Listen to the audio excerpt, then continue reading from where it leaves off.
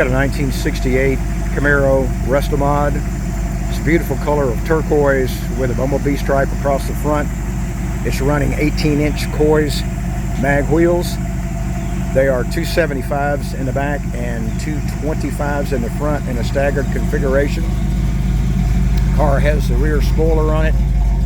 It's also got a really nice chambered exhaust system, which plays to the small block which is in the car. It's a 327 non-original motor hooked up to a 700 R4 transmission.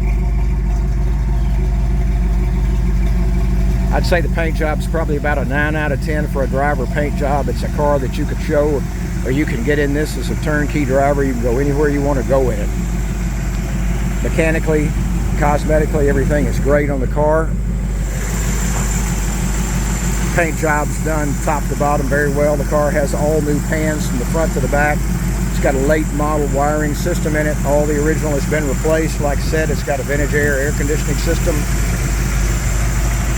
It's got power steering, disc brakes in the front. Runs really well, starts right up. Not a problem even when it's cold, idles nicely. It's got a really nice steel cowl hood on it. It kind of plays to the front end appearance of the car. This car has custom interior.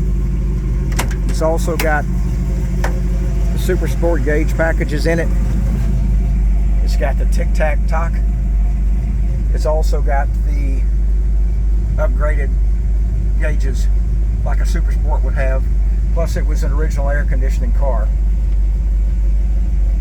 It's got a hard form top in it, a hard foam top.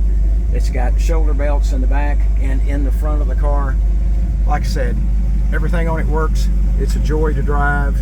68 Camaro 327, not the original motor, but well mated to the car.